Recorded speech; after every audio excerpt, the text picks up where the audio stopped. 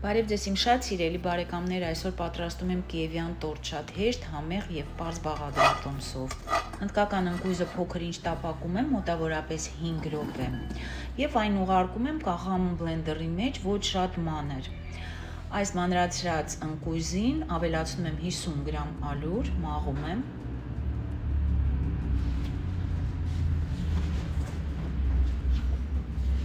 Ավելացնում եմ վանիլին։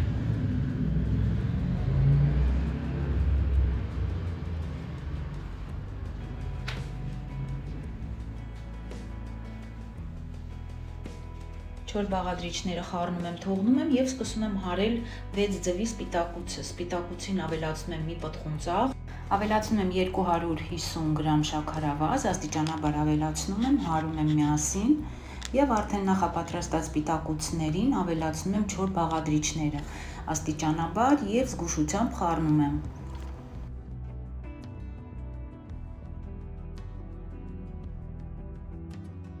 Նախապատրաստած շերտերը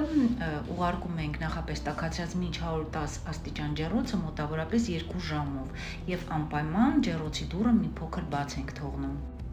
Եվ արդեն պատրաստում եմ կրեմը, սկզբից եփովի կրեմն է, 6 ձվի դեղնուցին ավելացնում եմ 140 գրամ շաքարավազ, 250 մլ կաթ, ուղարկում եմ եփելու, ավելացնում եմ վանիլին, եւ երբ արդեն զանգվածը կպնդանա, պատրաստ կլինի, հանում եմ, փակում եմ սննդային թաղանթով եւ թողնում եմ ամբողջովին սառչի։ Հարում եմ 250 գրամ կարագ սենյակային ջերմաստիճանի եւ ավելացնում եմ աստիճանաբար արդեն եփած կրեմը։ Լավ հարելուց հետո մեր կրեմը պատրաստ է, կիսում ենք 2 մասի։ Մի մասը կլինի բաց գույնի, սպիտակ, դա կլինի միջուկը, 2 շերտի արանքը ես կքսեմ բաց գույնի կրեմով եւ վրայից կպատեմ շոկոլադե կրեմով, կավելացնեմ կակաո եւ մի փոքր կառանձնացնեմ սպիտակ կրեմից, կավելացնեմ կարմիր եւ կանաչ գույներ զարդարելու համար։ Այսպիսին են ստացվում շերտերը, արդեն պատրաստ են, իմ մոտ թխվում էին, չորանում էին մոտավորապես 2 ժամ։ Եվ արդեն պատրաստ լինելուց հետո անջատում եմ ջեռոցը, փակում եմ դուռը եւ շերտերը թողնում եմ ջեռոցում 15-20 րոպե ավել։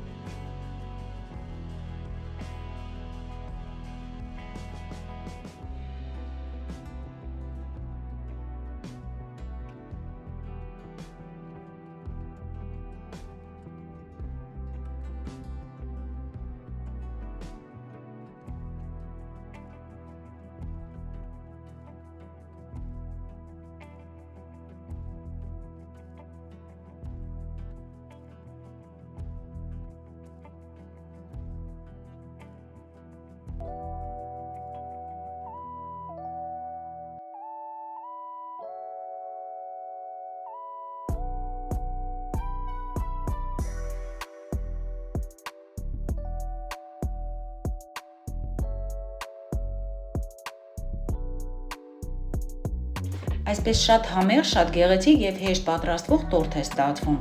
Իդեպ ասեմ, այսօր ես պատրաստեցի կիևյան տորթը դասական բաղադրատոմսով, հնդկական ընկույզով։ Դուք կարող եք պատրաստել ընկույզով, գետնանուշով ըստ ձեր ճաշակի։ Կարծում եմ հավանեցիք այս բաղադրատոմսը, իսկ ես մաղթում եմ բոլորին բարի ախորժակ, բաժանորդագրվեք իմ ալիքին, լայք դրեք, եթե հավանեցիք այս բաղադրատոմսը, մինչ նոր հանդիպում։